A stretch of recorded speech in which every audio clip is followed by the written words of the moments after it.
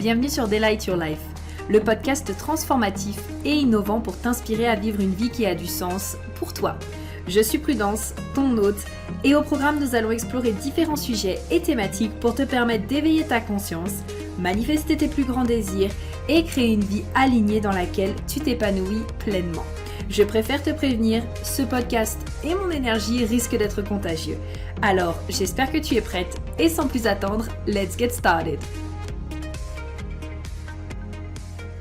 Alors, hello les amis, j'espère que vous allez bien. Bienvenue sur Delight Your Life, ici Prudence et je suis ravie de vous retrouver pour ce podcast vraiment amazing où je vais raconter mon histoire.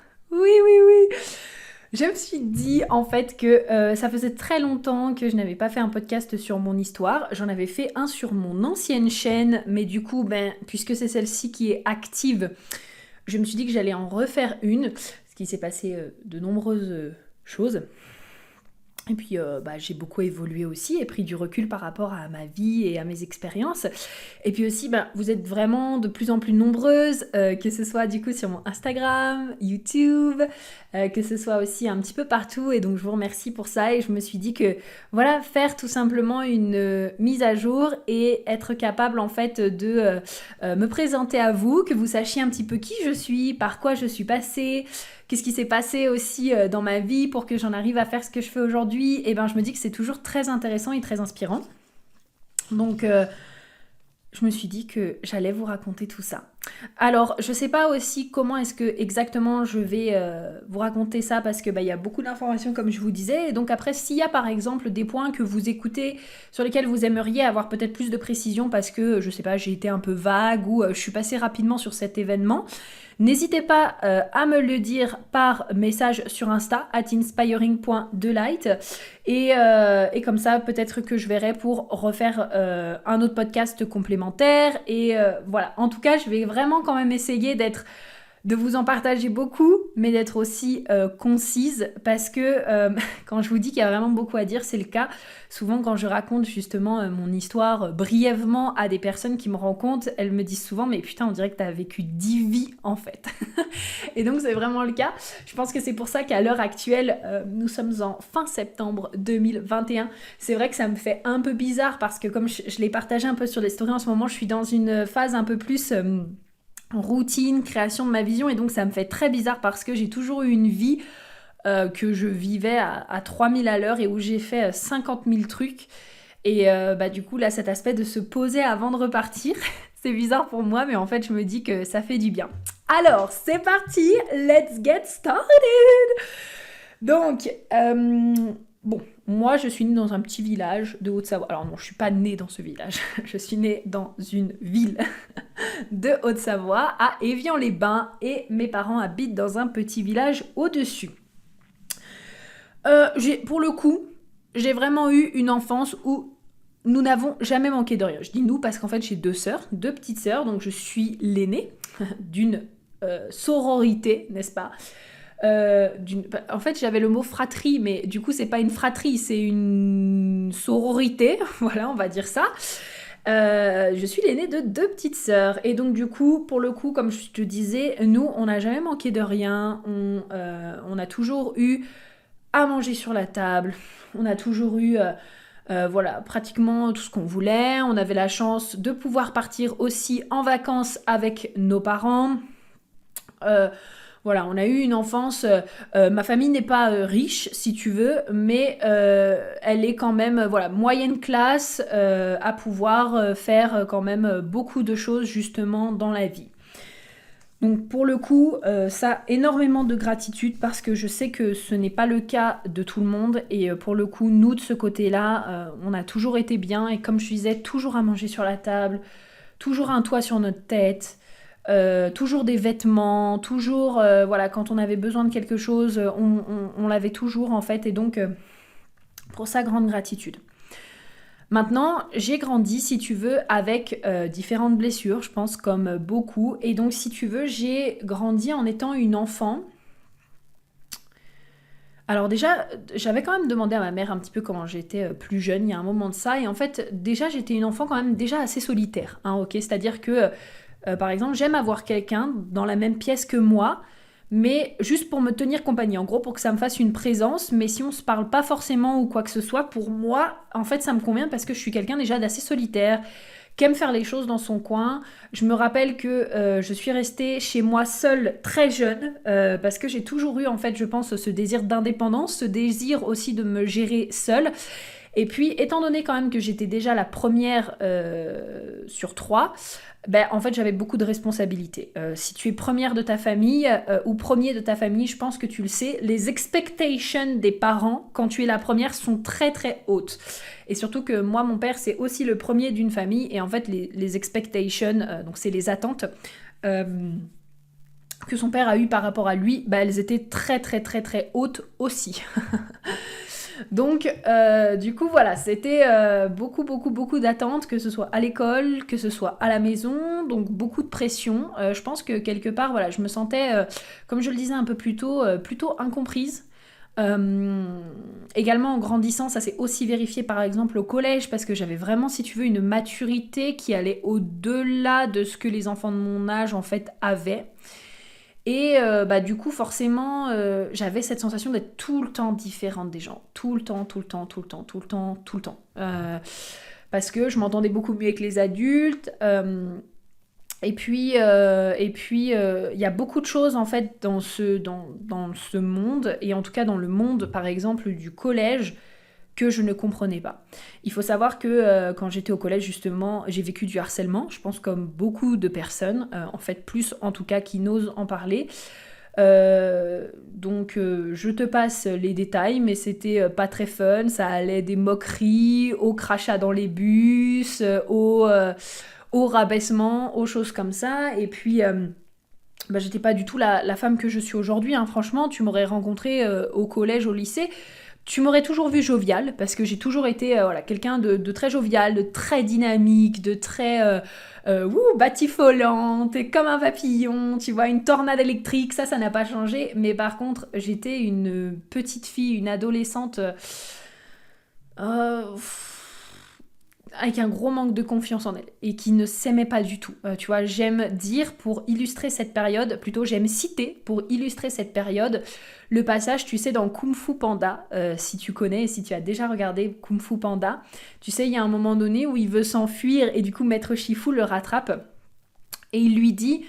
oui, ok, mais tu es resté en fait, alors que tu savais que je ne voulais pas de toi, donc pourquoi tu es resté? Et en fait, Po, il lui répond, je suis restée parce que à chaque fois que vous avez jeté une brique sur ma tête ou dit que je sentais mauvais, c'était dur, mais ce sera jamais plus dur que d'avoir à se lever tous les matins dans ma peau à moi. Et en fait, c'était exactement comme ça que je me sentais à ce moment-là.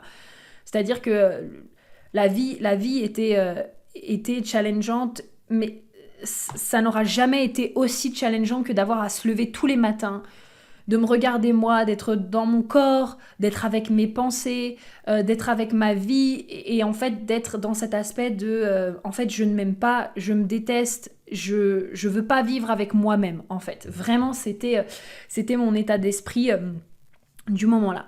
Donc le collège n'était pas une très bonne période jusqu'à ce que finalement mes harceleurs partent. Ça y est, enfin, ils ont été au lycée, c'était vraiment cool. Et par contre aussi, alors ça il faut le savoir que c'est très intéressant, c'est une petite anecdote, mais j'étais déjà, tu vois, très connectée finalement à qui je suis, c'est-à-dire que j'étais déjà très batifolante. Quand je dis batifolante, c'est que... il faut comprendre aussi comment je fonctionne au niveau des relations. J'ai des relations pour tout le monde. Alors pour le coup... Je suis MG3.5, hein, j'ai pas de ligne 4, mais par contre, j'ai quand même cette porte 45 qui est en soleil conscient en plus, qui fait que je vais aimer rassembler les gens, en fait, si tu veux. Et donc, je suis très batifolante, et quand j'ai des amis dans tous les domaines, et il faut savoir que la plupart du temps, je ne tiens pas en place. C'est-à-dire que moi, je suis vraiment le type de personne qui va aller d'un groupe d'amis à un autre groupe d'amis, à un autre groupe d'amis, à un autre groupe d'amis. En fait, tu vois, genre... Ça m'empêche pas que mes amis sont très proches, surtout les personnes qui sont dans mes groupes d'amis. Mais par contre, voilà, il faut pas s'attendre à ce que je sois qu'avec un seul groupe, etc. et que je passe le reste de ma vie avec. Ça, au collège, c'était aussi très incompris. Il y avait beaucoup de jalousie. Les gens ne comprenaient pas en fait que je batifole comme ça et que j'ai plusieurs groupes d'amis. Enfin bref. C'était pour la petite anecdote, alors que pour moi c'était tout à fait naturel, mais à ce moment-là, je pensais que j'avais un problème. Finalement, après pour le lycée, donc là aussi, tu vois, le parcours est très très très intéressant. Reste bien connecté parce que vraiment il y a beaucoup de choses à dire comme toujours. Je suis allée faire une seconde à Saint-Étienne. Pourquoi ? Parce que ma LV3, c'est LV3 japonais. Oui, oui, oui. Donc ma LV3 était japonais et donc je suis partie faire des études en internat à Saint-Étienne pendant 1 an. Donc j'ai vécu une année sympathique, c'était une première année d'internat, écoute c'était sympa. J'ai pas de grosses anecdotes à te raconter là-dessus, mais juste sache que je suis partie à Saint-Étienne, donc en fait très jeune déjà à partir de 16 ans, tu vois, sache que je partais déjà en voyage, sachant aussi que c'est comme pour le travail et comme aussi pour prendre le train. À 13 ans environ, déjà je prenais le train toute seule pour aller voir ma tante, donc j'avais environ 1h30 de train, voire 2 heures en fait, avec un arrêt d'environ une demi-heure à Annemasse, donc c'est des petites villes chez nous. Et donc, comme ma famille aussi a un restaurant, je pense que naturellement, encore une fois, je suis très dans cette énergie d'indépendance, je suis très dans cette énergie de... quelque part de je me responsabilise, de je vais faire les choses par moi-même, et donc en fait très rapidement aussi, tu vois, genre de temps en temps j'allais aider les week-ends, ça je crois que j'ai commencé vers 13-14 ans, parce que je sais que ma cousine était très, quand même, c'est une personne qui est très à cheval sur les lois, et elle a bien raison, et donc forcément s'il y avait un contrôle, ça pouvait poser problème. Mais en tout cas, j'ai commencé aussi à voyager seule, et également à travailler aussi jeune, en fait, finalement, seule, jeune.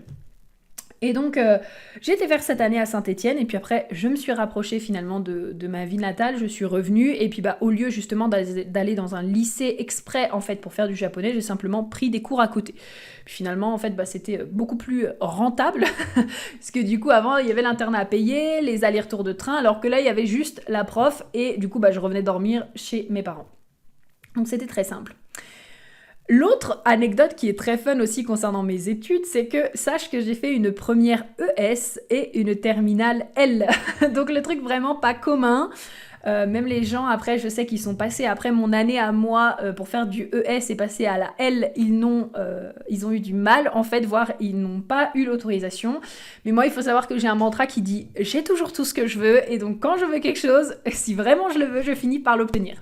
Mais concrètement, en fait, j'ai fait de l'ES pendant 1 an, mais les calculs, en fait, c'était pas du tout mon truc et je savais très bien que je n'aurais pas mon bac si je restais en ES. En littérature, j'étais pas exceptionnelle non plus, mais je savais que je pouvais m'appuyer sur les langues. Et en fait, à ce moment-là, du coup, donc là, tu vas te rendre compte aussi un petit peu de la meuf déjà multipotentielle au potentiel qui ne le savait pas à ce moment-là. Il faut savoir, du coup, donc, qu'il y avait l'anglais. En LV2, du coup, à la base, j'ai pris allemand. Et j'ai déjà commencé, si tu veux, à apprendre le japonais et le coréen en même temps, comme tu peux le savoir. Et donc du coup, petite anecdote très fun aussi, il faut savoir qu'au bac, j'ai passé du coup LV1 anglais, LV2 japonais et LV3 coréen. Voilà. Donc, hop. Je prends ma petite boisson parce que je commence à avoir soif.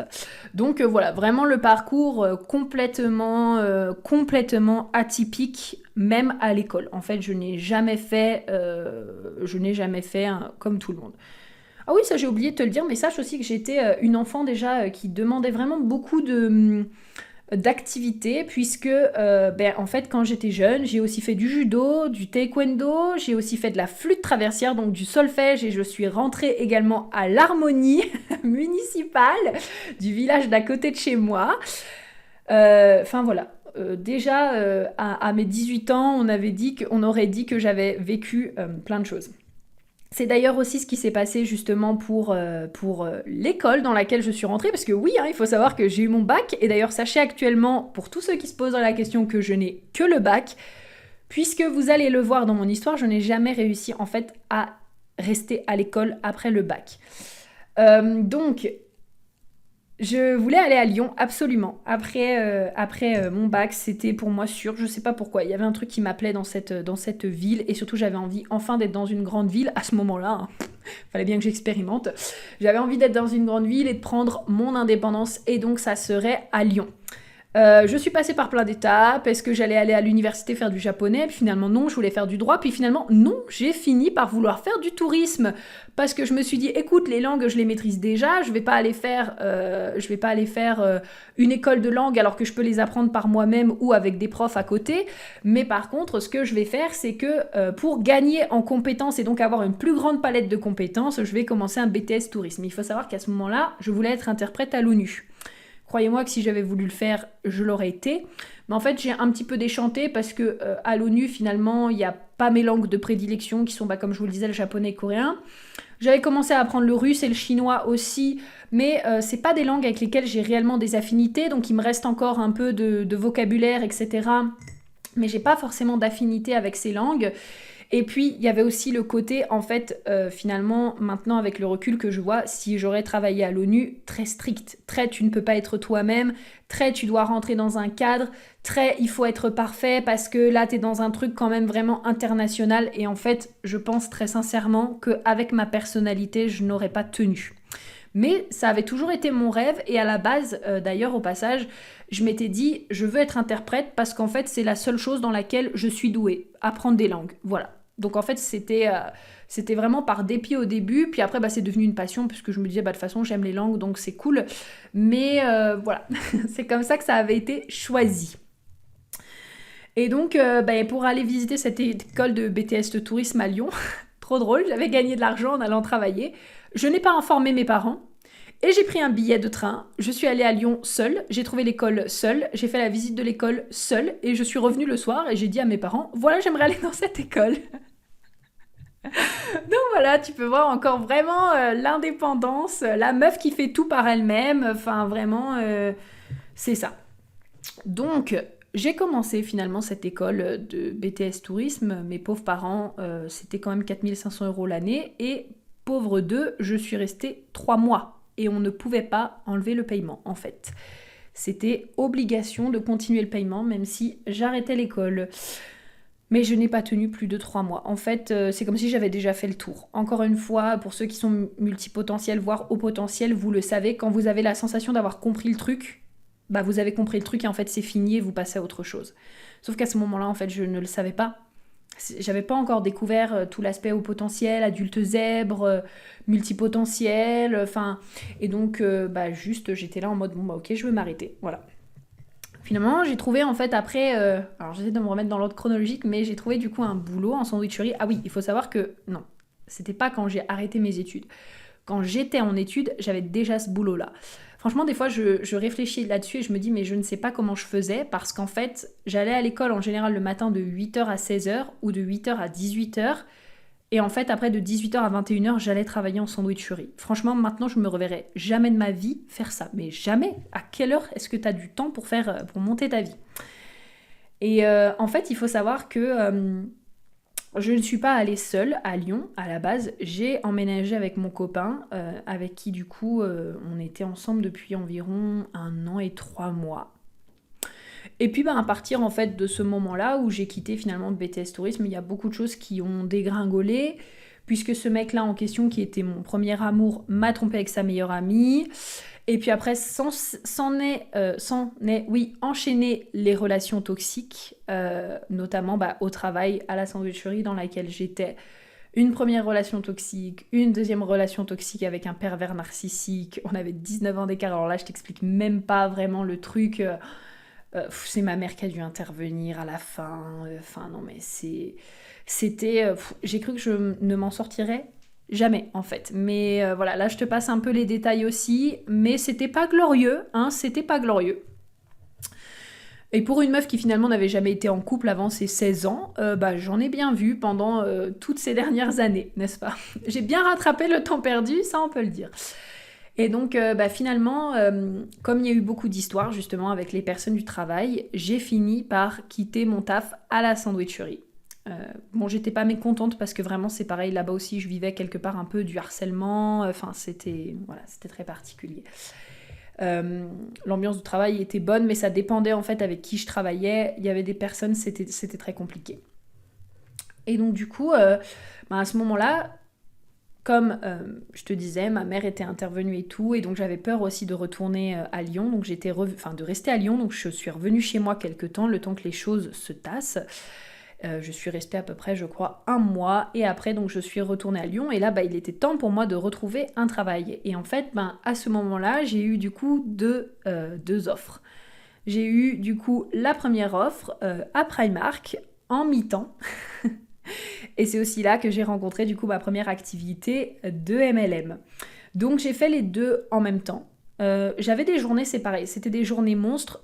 Je pourrais jamais refaire ce que j'ai fait, vraiment. Enfin, en fait, c'est pas je pourrais jamais, c'est que je n'en aurais pas envie. Je commençais mes journées, je me levais à 4h30 le matin, les amis. 4h30. Alors que si vous connaissez, vous savez que moi, le sommeil, c'est le plus important. J'allais à Primark et je bossais de 6h jusqu'à 11h30 et ensuite je repartais tout de suite travailler au club dans mon MLM, pour mon activité de MLM.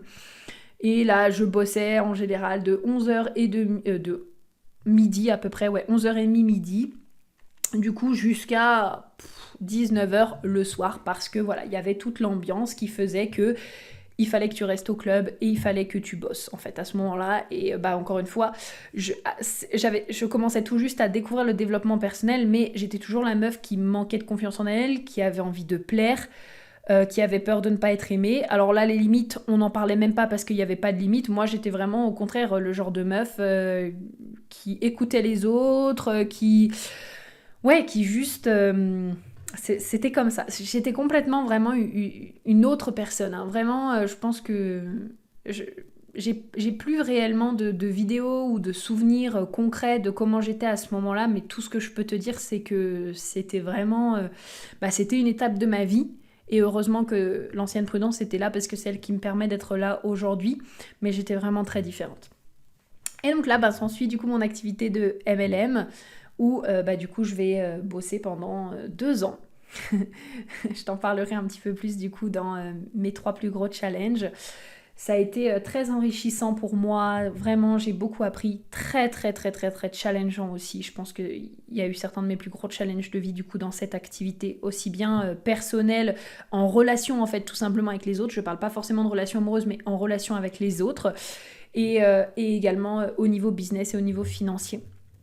Donc j'ai énormément appris. Sache aussi que du coup, pendant que j'étais dans cette activité, j'ai fait un marathon. Donc voilà, ça c'est quelque chose aussi dont je suis très fière, que j'ai partagé avec un ami à moi. C'était vraiment une très très très très belle expérience. Puis on voyageait beaucoup aussi parce qu'on avait des événements qui étaient à l'étranger. Donc du coup voilà, on a eu l'opportunité de faire Madrid. On avait fait aussi... un autre endroit, là je n'ai plus le nom, et donc voilà, on voyageait aussi, enfin c'était vraiment très très très très riche et rempli d'apprentissage. Et donc au bout de 2 ans, j'ai arrêté parce qu'à la fin je faisais pratiquement, je pense, le début d'un burn-out, d'une dépression. Tout simplement parce que je suis quelqu'un de très loyal, de très fidèle, j'étais très très très dévouée à ce moment-là, et en fait je n'arrivais pas à quitter l'activité parce que je me disais mais putain, après tout ce que les personnes qui sont là, elles ont fait pour moi, plus en plus de ça, du coup les personnes qui comptent sur moi, les personnes que j'accompagne, je ne peux pas arrêter. Et en fait j'étais vraiment perdue entre ces deux manières de penser. Qui devenait très toxique, puisque le déclic, ça a vraiment été un jour où vraiment je regardais mon bureau il était noir, et donc je regardais mon bureau dans le vide et je me disais mais en fait il y a le pont là juste à côté, franchement si je saute je crois que ça fait pas une grosse différence en fait. Ah oui, il faut savoir qu'avant j'avais souvent aussi des pensées de suicide. J'ai jamais passé à l'action, et je sais très bien que je ne passerai jamais à l'action. Je sais pas, c'est dans mon âme, c'est comme ça, c'est écrit.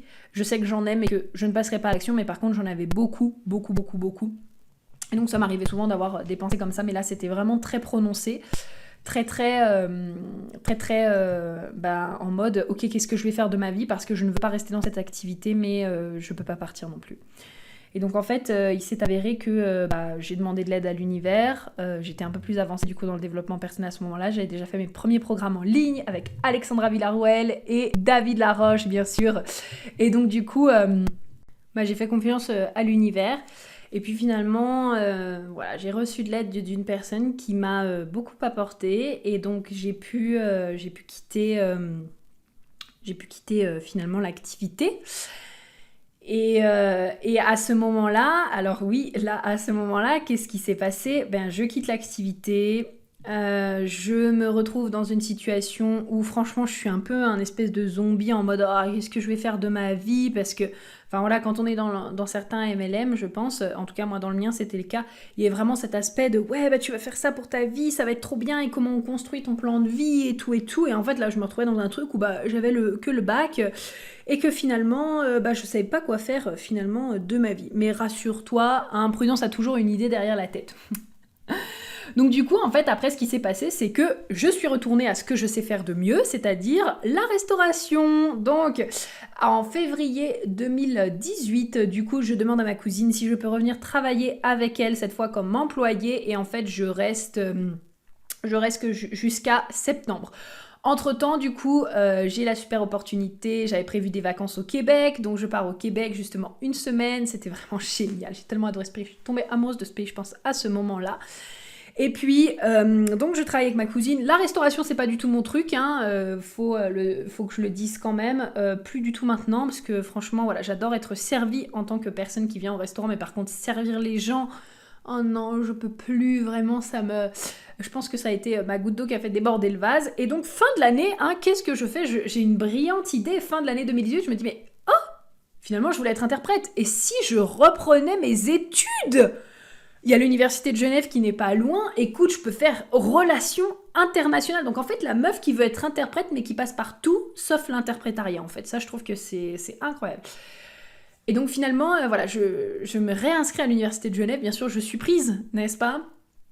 Et je sais pas pourquoi j'ai fait ça. Parce que vraiment, je me suis lancée dans un truc où on parlait de sciences politiques, de droit. D'économie. Alors au début, je me suis dit, oh bah c'est bien, je vais découvrir des nouvelles choses et tout. Mais en fait, non, c'était pas du tout ma zone de génie tout ça. Hein. Donc encore une fois, hein, si vraiment je voulais être interprète, fallait que j'aille dans la licence interprétariat traduction, pas relations internationales en fait. Et donc finalement, ça ne me plaisait pas du tout. Donc encore une fois, Prudence, qu'est-ce qu'elle fait? Elle reste 3 mois et elle arrête. Entre-temps, il faut que tu saches 2 choses. La première, c'est que j'avais déjà remonté un blog tranquillement sur le self-love. J'avais pris une formation justement avec Théophile Hélier pour apprendre à monter mon blog, etc. et tout, commencer à apprendre la vente, etc. Et également, grâce à ma cousine qui a des partenariats avec justement des associations qui aident les restaurateurs, j'ai pu partir au Portugal pendant que j'étais à l'université. Je suis partie 4 jours. Là, je suis tombée amoureuse aussi du Portugal. Franchement, la douceur de vie, c'était le bonheur, c'était trop bien. Et donc, Prudence, qu'est-ce qu'elle se dit? Elle se dit, franchement, Genève, c'est gris, c'est chiant, les études, ça me plaît pas, ça me saoule. Qu'est-ce que j'ai envie de faire? J'ai envie d'aller au Portugal. Voilà, ça me prend comme ça. Entre-temps aussi, non mais quand je te dis que ça ne s'arrête jamais, j'avais déjà à moitié arrêté les cours, puisque en fait je commençais déjà à les faire de la maison et j'avais cherché vraiment mon premier travail, l'un de mes premiers travails à Genève et donc j'ai commencé à travailler au marché de Noël du coup à Genève tout le mois de décembre. Et donc c'est aussi pendant cette période-là que j'ai commencé à chercher du coup et à me dire putain, il fait vraiment gris à Genève et donc du coup j'ai vraiment envie de retourner au soleil parce que le Portugal que j'ai vu il y a 2 mois, c'était génial en fait.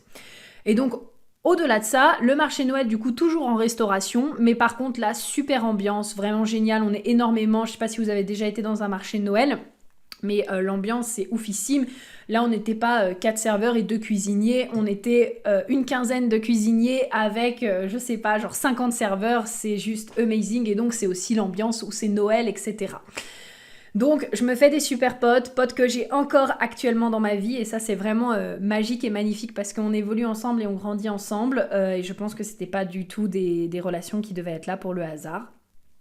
Et finalement, qu'est-ce qui se passe? Je trouve une annonce pour partir faire du call center au Portugal pour Netflix. Et donc, je pars en janvier, le 4 janvier 2019. Je pars et je m'envole du coup pour le Portugal. La meuf ne s'arrête jamais, hein.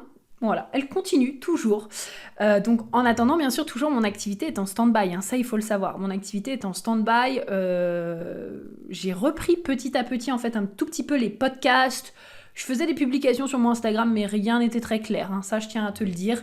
C'était vraiment... En fait, finalement, je pense que je continuais d'essayer. C'est cool parce que ça me permettait de tester, de prendre mes marques. C'est comme ça que j'ai lancé mon premier podcast et tout. Mais surtout, j'avais cette activité en call center, où j'avais d'ailleurs des super horaires parce que, soit c'était le matin et que tu faisais ta journée de 9h à 18h, donc en fait, t'as rien le temps de faire après. Soit du coup, après, tu avais l'horaire que j'ai beaucoup eu, et merci beaucoup, encore une fois, ce que Prudence veut, ce que Prudence a, de 15h à minuit. Et donc, ça me permettait du coup le matin de travailler petit à petit sur mon entreprise à la création de mes programmes. Je pense que j'ai vécu ma meilleure vie à Lisbonne. J'avais un rêve quand je suis allée à Lisbonne, c'était de pouvoir aller boire au Starbucks pratiquement tous les jours. Crois-moi que j'y allais pratiquement tous les jours. Là-bas, les Starbucks, c'est 3 €. Hein. Et donc du coup, j'ai vraiment vécu ma meilleure life. Maintenant, c'est plus du tout quelque chose que je me verrais refaire. J'adore aller au Starbucks, mais je pense pas que j'y retournerai tous les jours. Mais le fait de l'avoir vécu, c'était vraiment cool. Ça m'a donné le goût pour la mer, la douceur de vie. Franchement, c'était génial. Encore une fois, je me suis fait des super amis que j'ai encore actuellement dans ma vie. Et si vous êtes là, je vous fais des gros bisous. Et que j'aime du plus profond de mon cœur. Et ça m'a vraiment permis... j'ai appris le portugais au passage aussi, hein, bien sûr. Et ça m'a permis de voir aussi, encore une fois, la vie dans un autre pays, mais un pays d'Europe. Et donc, qu'est-ce que ça donnait quand on vivait dans un autre pays ? Donc voilà par rapport à ça. Je suis restée du coup de janvier à septembre. Entre-temps, donc comme je te disais, même si je commençais tout juste mon activité, notamment quand j'arrivais vers la fin, j'ai commencé à lancer ma chaîne YouTube avec des vidéos sur la loi d'attraction, sur l'amour, sur l'amitié, bref, ce que je connaissais en fait, l'estime de soi, les langues. Je me suis vite rendu compte que les langues, j'adorais les apprendre, mais les enseigner, ça me faisait pas du tout kiffer. Par contre, j'adorais parler de la loi de l'attraction, des pensées, du mindset, etc., etc. Donc je commençais à parler de ça. J'ai créé mes premiers programmes, donc j'en ai quand même créé un sur apprendre n'importe quelle langue. Après, j'en ai créé un du coup sur manifester une relation qui a du sens, donc manifester en gros ton âme sœur. Et puis il y a eu du coup le partenariat un peu foireux avec le collaborateur que tu retrouveras justement plus en détail dans les 3 pires échecs de toute ma vie. Bref, il s'en est aussi passé des choses au Portugal et c'était vraiment très riche, très enrichissant, et j'ai finalement décidé d'en repartir en septembre du coup 2019 parce que ça y est, j'arrivais à saturation, je voulais plus du tout travailler en call center, puis mon appartement était relié justement à ce travail. Et donc je gagnais pas du tout encore ma vie finalement avec mon entreprise, et donc j'ai décidé de rentrer. Puis la chaleur aussi, vraiment moi je suis quelqu'un finalement maintenant qui a beaucoup de mal avec la chaleur. J'aime plutôt le frais, et donc là je commençais à arriver à saturation. Enfin, la France c'est quand même un pays qui a 4 saisons, le Portugal c'est plutôt 2 saisons, et, et donc du coup le froid n'est pas le même, et je pense que ça commençait à me manquer. C'est à ce moment-là aussi, sache-le, que j'ai pris mes premières coachs en individuel. Parce que jusqu'à maintenant, je prenais que des programmes en ligne, et il y a un moment donné où je me suis dit, ok, il faut quand même que je me fasse accompagner. Donc quand même, après presque 4 ans d'avoir commencé le développement personnel, et après 2 ans, après avoir acheté mes premiers programmes en ligne, j'ai commencé à investir pour avoir du one-on-one. Et j'ai commencé justement avec une personne pour m'aider sur mes finances, et après une coach business. Et c'est d'ailleurs justement cette coach business qui m'a initiée au Human Design fin de l'année 2019, tout simplement. Et donc c'est comme ça justement que j'ai commencé. Donc le HD est venu frapper, comme j'aime le dire, 3 fois à ma porte avant vraiment que j'y porte attention. C'est-à-dire que j'avais rencontré ça une fois dans un programme que je faisais avec Livia Quero. Mais ok, j'étais là, j'avais découvert que j'étais MG, c'était cool. Et puis après justement la coach business que j'avais s'y intéressait aussi. Je me suis dit, oh tiens, encore un signe, une synchronicité. Et puis après, elle a commencé à se lancer, et ça m'a lancé aussi parce qu'elle est MG. J'ai suivi sa joie. Pour le coup, j'ai surfé sur sa vague. Et on le sait, mais quand un MG et un G sont vraiment en train de suivre leur joie, et c'est contagieux en fait. C'est très contagieux. Waouh, j'ai l'impression vraiment de te raconter, tu sais, genre d'être là et d'essayer de condenser, là je crois, les 7 dernières années de ma vie, qui sont assez intenses. Donc fin 2019, comme je te disais, là je suis de retour donc dans ma famille, chez mes parents. J'ai pris ma première coach business. Qu'est-ce que j'ai fait fin de cette année ? Est-ce que j'ai retravaillé en restauration, ou qu'est-ce que j'avais fait ? Non, je crois que j'avais décidé de ne pas retravailler en restauration, ou alors qu'un petit peu, pour aider ma cousine peut-être, mais je commençais vraiment à lancer mon entreprise pour le coup, et puis le fait justement d'avoir travaillé avec ma coach en finance et après ma coach business, ça m'avait complètement transformé et complètement aidé à me lancer. Sachez également que du coup, début d'année 2020, je pars habiter au Québec pour rejoindre à la base mon chéri. Donc ça aussi, je t'en dis plus dans les 3 plus gros échecs de ma vie, tu auras tout le détail. Mais en tout cas, je pars habiter au Québec sans visa, sans rien du tout. Enfin, à part bien sûr le visa qui permet de rester 3 ou 6 mois. Comment est-ce que ça s'appelle ? L'autorisation en fait d'être sur le territoire. Mais voilà, moi je suis un peu comme ça, genre j'ai provoqué l'avenir en mode ouais mais moi je veux être avec mon mec, qui était mon mec à ce moment-là, hein, maintenant c'est mon ex, mais je veux être avec mon mec et donc tu veux pas me donner mon PVT, t'inquiète je vais te provoquer, mais ça moi ça marche pas, hein. Provoquer l'avenir là comme les gens te disent, avec moi ça ne marche pas, t'inquiète, l'avenir il m'emmène ce que je suis prête à recevoir, mais j'ai pas besoin de le provoquer. Et donc du coup... voilà, s'ensuit 3 semaines après que je sois arrivée, une belle séparation, des gros problèmes financiers, donc je n'avais pas le choix de réussir. Ah oui, sache aussi quelque chose sur mon histoire. Quand j'étais à l'université, il faut savoir, sache que je travaillais quand même depuis que j'avais 16 ans. Quand je suis entrée à l'université, c'était il y a j'avais 22 ans.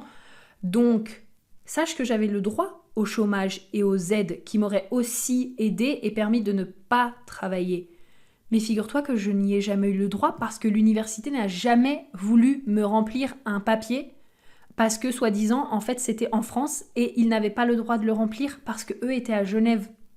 Donc ça a été également la goutte d'eau qui a fait déborder tout le vase, qui a fait aussi que j'ai quitté l'université. Mais sache en tout cas que quand j'ai lancé mon entreprise, j'avais zéro aide. Zéro, parce que c'est moi qui avais démissionné de tous mes emplois en fait. Donc je n'avais zéro aide. Bon, ça a été aussi une des plus belles choses qui m'est arrivée, hein. Au passage, soit dit en passant, j'ai beaucoup de gratitude pour ça parce que parfois, en fait... quand je vois des personnes qui ont les aides, c'est génial parce que peut-être que si elles n'avaient jamais eu les aides, elles ne se seraient jamais lancées. Mais du coup, il y a un peu moins cette notion d'urgence et en fait, on a un peu plus tendance à rester dans la zone de confort. Et donc du coup, moi en fait, je n'ai pas eu le choix. Je n'ai pas eu le choix que de me bouger le cul, que de mettre des choses en place, que de me faire coacher, que de demander de l'aide parce qu'en fait sinon c'était mort. Et ah oui si, j'ai retravaillé en décembre avant d'aller au Québec puisque j'ai refait le marché de Noël parce que vraiment j'avais trop aimé et j'y allais vraiment pour kiffer. Donc si j'avais retravaillé au marché de Noël. Donc comme je te disais, je suis allée au Québec. 3 semaines plus tard, on se séparait avec mon mec. Je suis restée quand même jusqu'en mai, le temps que ma situation financière se stabilise. Et puis on était en bons termes quand même. Donc voilà, j'ai beaucoup de gratitude pour lui. Même si à ce moment-là j'étais très honteuse, très catastrophe. C'était vraiment une catastrophe. Tu en sauras plus comme je disais dans le podcast sur les 3 erreurs, mais c'était vraiment pas du tout confortable pour moi. Et puis finalement, s'en est suivi autre chose. Mon Dieu, quand je suis revenue du Québec, je suis allée chez mon meilleur ami, avec qui on a eu une relation, et maintenant on ne se parle plus non plus. Enfin bref, c'est... Waouh, il s'est passé tellement de choses, je te jure, dans ma vie. Tellement. Bon, je sais qu'on finira par se reparler un jour parce qu'on est très liés quand même. Donc je pense que vraiment, ça m'étonnerait qu'on finisse notre vie sans se reparler. Mais je pense que pour l'instant, il a aussi besoin de digérer les choses. Mais c'était une relation qui ne me convenait pas non plus. Et donc du coup, je suis restée chez mon meilleur ami à peu près pendant 3 mois. Donc je suis revenue en France fin mai, donc début juin. Je suis restée chez mon meilleur ami jusque septembre. Et après, je suis encore revenue chez mes parents. Donc là aussi, c'est pareil, grosse notion d'échec, parce qu'à chaque fois, j'avais la sensation de revenir chez mes parents et j'étais pas du tout à l'aise avec ça. Et entre-temps, mon entreprise avait vraiment bien pris, hein. Sache-le, j'ai commencé vraiment à faire mes bons CA, mes 1002, 1005, même avec les problèmes du coup d'argent que j'avais eu en tout début d'année, ma carte bloquée et tout. Mes mois du coup de juillet-août, je suis arrivée à pratiquement 2000 € de CA, 2002. C'était la première fois que j'arrivais aussi haut avec cette entreprise-là. Et puis du coup voilà, il y avait une très belle croissance également sur l'année 2020. Et puis nous voilà du coup en 2021, n'est-ce pas les amis ? Nous voilà en 2021, cette année a été riche puisque j'ai réalisé du coup l'un de mes plus grands rêves, puisque depuis cette année, donc entre janvier jusqu'à juillet, de janvier jusqu'à juillet, j'étais en voyage dans toute la France en fait. J'ai été voir beaucoup de mes amis, donc en fait j'ai réalisé un de mes rêves qui a toujours été finalement de travailler en ligne pour voyager. Finalement d'ailleurs au passage pour me rendre compte que voyager c'est génial mais il y a un moment donné aussi où j'ai besoin d'être posée quelque part et donc là c'est ce que la vie va m'apporter, c'est ce que je vais vivre comme prochaine étape pour les 6 prochains mois. Mais j'ai vraiment réalisé l'un de mes plus grands rêves qui était très important pour moi et après je ferai ça sûrement dans le monde, c'est-à-dire faire sûrement l'Asie, ça c'est quelque chose vraiment qui me tente énormément. Et tout continue de grandir, je continue à apprendre des belles leçons, je continue à guérir, à libérer, à transmuter, à transformer pour vraiment être la personne que j'ai envie d'être. L'entreprise aussi commence vraiment à prendre un tournant puisqu'il faut savoir, donc si vous ne le savez pas, que du coup là on va passer en société avec Heidi, parce que alors sache que mon entreprise s'appelle Inspiring Delight, c'est pas pour rien le Delight Your Life, c'est parce que mon entreprise s'appelle Inspiring Delight, donc Heidi, souvent tu m'entendras souvent dire ça. Son petit surnom. Et donc avec Heidi, on a vraiment une belle croissance, on va passer en société, on va sûrement engager aussi 2 nouvelles personnes pour venir travailler avec nous, donc 2 nouvelles personnes, pas 2, mais 2 nouvelles personnes pour travailler avec nous, pour continuer de croître et pour continuer d'accompagner les personnes. Et je pense que ma vision est tranquillement en fait en train d'évoluer aussi parce que pendant là très longtemps j'ai accompagné justement avec le Human Design pendant cette dernière année et demie que j'ai adoré et là je sens que je vais beaucoup plus passer sur la thématique justement de l'argent, de l'abondance, de la prospérité, donc toujours en s'appuyant en fait sur notre Human Design parce que je pars du principe que c'est quand tu te connais réellement toi-même que tu peux être aligné et magnétique, mais il y a quelque chose je dirais d'encore plus fort qui m'appelle avec l'argent, d'une part parce que ça a fait partie et ça fait partie de mes plus gros challenges de vie, encore une fois t'en sauras plus dans le prochain podcast, mais également parce que pour moi dans notre monde actuel et à l'heure où on est, je pense que j'ai fait d'une grande cause cette notion d'aider les femmes à être libres. Donc c'est-à-dire aider les femmes à être libres de leur temps, libres de l'espace où elles travaillent, libres d'être elles-mêmes, libres financièrement. Et quelque part, il y a beaucoup de choses qui passent par l'argent. Ne serait-ce que, un très bon exemple qu'a cité une de mes mentors, c'est ne serait-ce que par exemple si tu es maman, et que tu as un travail et que tu veux pouvoir passer du temps avec tes enfants, mine de rien, soit ça te demande d'avoir une source de revenus qui te rapporte de l'argent, soit ça te demande d'être OK avec le fait que tu vas prendre potentiellement un congé sans solde, en fait, et donc que tu n'auras pas d'argent qui va rentrer. Et donc, ne serait-ce que pour des petits plaisirs simples, comme passer du temps avec sa famille, peut-être aussi vraiment emmener sa famille en voyage ou voyager seul comme j'ai pu le faire, vivre des expériences vraiment incroyables, ça demande aussi de l'argent et j'ai envie de pouvoir accompagner les femmes à vivre cette vie-là parce que moi-même c'est le genre de vie que j'ai envie de vivre en fait. Je veux vraiment vivre une vie exceptionnelle. Et quand je parle d'une vie exceptionnelle, je suis pas là à vous dire « Oh oui, je veux vivre une vie exceptionnelle en achetant, je sais pas, genre du Louis Vuitton ou du Chanel. Si ça vous fait plaisir, franchement, moi je vous invite à le faire. Mais moi je sais que c'est pas ce que j'appelle la définition d'une vie exceptionnelle. Mais je veux avoir l'argent nécessaire pour justement être libre de mon temps, être libre de l'espace où je travaille. Vraiment ça pour moi ça a toujours été très important. J'ai commencé à être entrepreneur aussi parce qu'à la base je voulais me dire que si demain je veux déménager au Japon, je peux continuer de travailler et faire ce que je suis en train de faire et j'ai pas de patron, j'ai pas de compte à rendre. Et également la liberté d'être soi. Et d'être soi dans le sens aussi où par exemple un autre exemple que ma mentor elle a cité mais que j'ai trouvé aussi très pertinent, c'est que en tant que femme, si par exemple un jour tu te dis « Ok, la personne avec qui je suis finalement, je veux plus être avec elle, je veux que tu aies la possibilité d'aller chercher quelqu'un de mieux, qui te correspondra mieux, parce que tu sais que tu pourras t'en sortir financièrement. Parce que tu sais que tu n'as pas besoin de cette personne pour te soutenir financièrement. » Et ça vraiment c'est quelque chose aussi qui me tient à cœur parce que pour avoir vécu plein d'expériences comme ça, et être devenue la femme que je suis aujourd'hui, je me rends compte du luxe que c'est de pouvoir vraiment choisir les relations, mais de pouvoir aussi les quitter quand elles ne nous correspondent plus, de pouvoir choisir notre espace de travail et le changer si on en a envie, de pouvoir choisir nos horaires de travail et les modifier à notre guise, et bien sûr d'avoir la liberté d'être soi, parce que quelque part, il y a cette notion de comme je suis indépendante et comme je suis capable de m'assumer et de m'apporter mes propres besoins, en fait si je te plais pas, bah c'est pas mon problème, c'est pas grave, parce que je sais que je trouverai des gens qui me plairont, en fait, que j'attirerai à moi des gens à qui je plairai, et que bah, dans tous les cas, que tu sois dans ma vie ou pas dans ma vie, je sais m'autosuffire, en fait, et je sais me gérer. Donc pour moi, c'est vraiment quelque chose qui me tient à cœur et quelque chose que j'ai envie de transmettre. Donc voilà, écoute, j'espère que vraiment mon histoire, ça t'aura inspiré, elle t'aura plu aussi. Et écoute, ça faisait beaucoup de choses, vraiment. N'hésite pas à me faire un retour justement à Inspiring Delight. Je serais ravie de savoir ce que tu en as pensé et savoir aussi si on a des choses en commun. Et puis en attendant, je te souhaite vraiment de prendre soin de toi. Je te dis à très vite et toujours en tout cas d'aller vers ce qui te fait kiffer. Et même quand tu vois que les choses se passent pas exactement comme tu en as envie, de continuer de rêver et de croire à la vie que tu as envie de te créer et à la vision que tu imagines pour toi et ton futur. Je te fais des gros bisous et je te dis à très vite. Bye bye!